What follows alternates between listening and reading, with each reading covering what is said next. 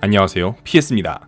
영웅별 운영법 영상들을 올리게 된 이후로 가장 많은 요청이 있었던 영웅입니다. 미라우스죠. 라팜이나 마이에브처럼 공식과도 같은 특이 마나 커브를 가진 것도 아닌지라 미라우스 사용에 더 어려움을 겪고 계신 것 같습니다. 특히 초반에는 누구나 필드를 강하게 가져갈 줄은 아는데 특유의 중반 약한 구간을 넘기지 못해 소위 밀가루 뿌리기, 초반에 깽판 치고 후반에는 1, 2등도 못하는 영웅 정도로 인식이 박혀 있는데요. 그러나 현 메타에서 미라우스는 꽤 좋은 영웅입니다. 미라우스의 근황부터 짚고 운영법까지 알아보겠습니다.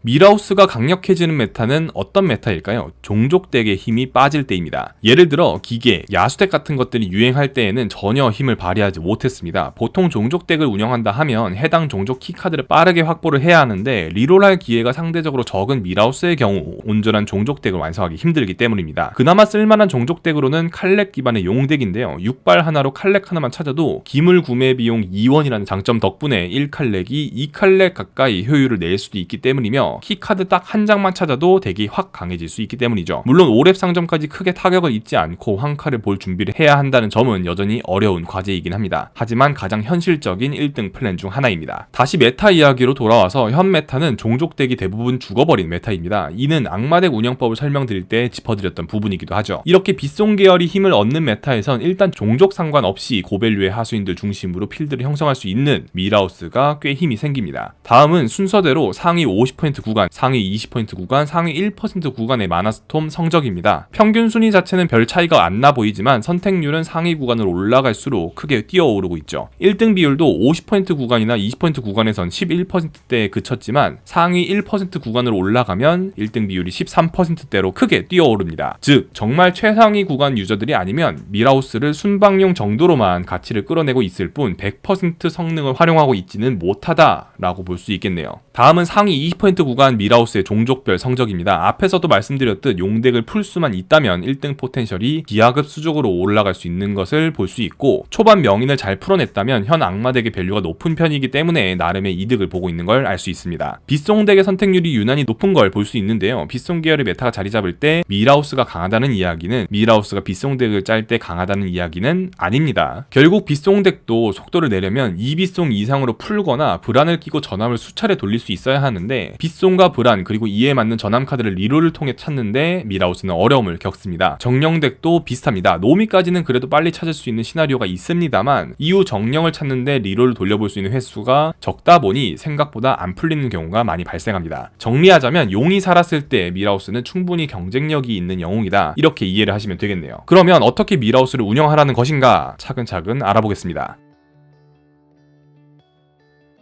일단 1턴은 쉽습니다. 토큰이 나오길 빌면 되겠죠. 일반적으로 우리가 생각하는 토큰이 나온다면 토큰을 팔고 다른 하수인을 하나 더 챙겨오시면 될 것이고 갑판원류 토큰이 나온다면 갑판원을 내고 판 뒤 다른 더 좋은 1렙 기물을 사오시면 되겠습니다. 갑판원을 사는데 2원, 레벨업 비용을 1 깎고 파는데 1원까지 얻음으로 갑판원을 사는 것은 2-1-1, 즉 0, 아무 손해 없는 구매 행위라 보시면 되겠습니다. 비슷한 개념으로 원기 회복의 변형물은 리롤 비용을 0으로 만들어주기 때문에 2-2-1, 즉 사면 무조건 1원 이득을 볼 수 있는 기물이라는 점을 기억해주세요. 다시 운영법을 살펴봅시다. 보통 2턴에는 하수인을 더 산다 생각을 합니다. 이번 메타의 미라우스가 더 좋아진 점이 바로 4턴 스톤윈드 경품 덕분인데요. 1턴에 하수인 1개 또는 2개, 2턴에 하수인 2개, 3턴에 레벨업 그리고 하수인 1개를 토큰 여부에 따라 구매를 할 수도 있겠죠. 그리고 4턴에 하수인 3개까지 이렇게 볼 수 있기 때문에 정말 웬만하면 풀필드를 4턴에 채울 수 있습니다. 그리고 나서 스톰윈드의 깃발을 쓰면 너무나도 강력한 필드를 구축할 수 있게 되죠. 대신 4턴까지의 과정 속에서 황카를 볼 찬스가 올 수 있습니다. 이땐 웬만하면 참아주시는 게 좋습니다. 미라우스의 턴별 승률을 잠시 보실까요? 상위 20% 이상 구간 미라우스의 턴별 승률입니다. 5턴까지는 매우 강력한 모습을 보이고 있죠. 이는 누가 잡아도 초반 미라는 강하다 이 말인데 굳이 황카를 만들며 산발을 할 필요가 없다는 이야기입니다. 그러면 황카로 몇렙 상점을 발견을 해야 하느냐? 6발이 목표입니다. 미라우스의 베스트 플랜은 6발을 하여 칼렉을 찾는 게 1순위이기 때문에 황카를 계속 들고 있는 게 중요합니다. 그러다 보니 6턴부터 급격하게 승률이 떨어지는 이유 이유가 내가 좀 맞더라도 이 구간에 랩업을 달리기 때문입니다. 턴별 상황을 다시 한번 보겠습니다. 5턴부터 보시면 5턴에 랩업해서 3랩을 찍고 6턴에 랩업해서 4랩을 찍고 7턴에 랩업을 해서 5랩 상점을 찍은 뒤 6발을 보는 겁니다. 여기까지가 베스트 플랜이고 만약 6발을 보았을 때 칼렉이 나오면 정말 베스트, 칼렉이 안 나오더라도 엘리자, 엘리스트레이 등 고밸류의 6랩 기물로 최대한 상대와 비비는 게 목적입니다. 그러면 또 8턴이 오죠. 8턴은 두 번째 경품을 받는 턴입니다. 그리고 우리가 노려야 할 것은 선심, 발견을 보는 플레이가 한 번 더 가능하며 이때 랩업 플러스 선심 연계로 칼렉을 한 번 더 찾아주는 게 좋습니다. 즉 경품이 기존 미라우스의 약점은 보완해주고 강점은 더 강화해주는 방향으로 도와주고 있다. 이제 이해가 가시겠죠. 왜 지금 메타에서 미라우스가 꽤 좋은 영웅인지 말이죠. 이렇게 칼렉을 찾은 뒤 이후엔 버프를 돌리며 나디나, 칼렉, 흉합체 위주로 찾아주는 게 베스트 시나리오입니다.